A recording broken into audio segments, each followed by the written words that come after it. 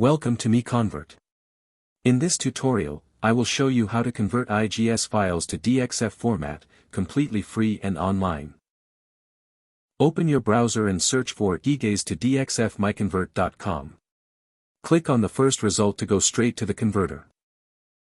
You are now on the IGES to DXF converter page. The interface is clean and easy to use.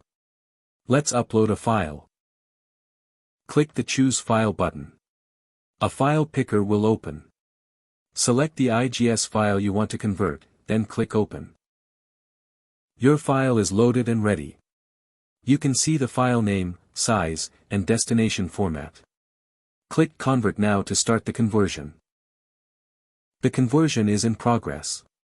You can see the progress bar moving. This usually takes just a few seconds. Done. Your file has been successfully converted. Click Download to save the DXF file to your computer. That's it. Visit MiConvert.com for more free conversion tools. Subscribe for more tutorials. Thanks for watching.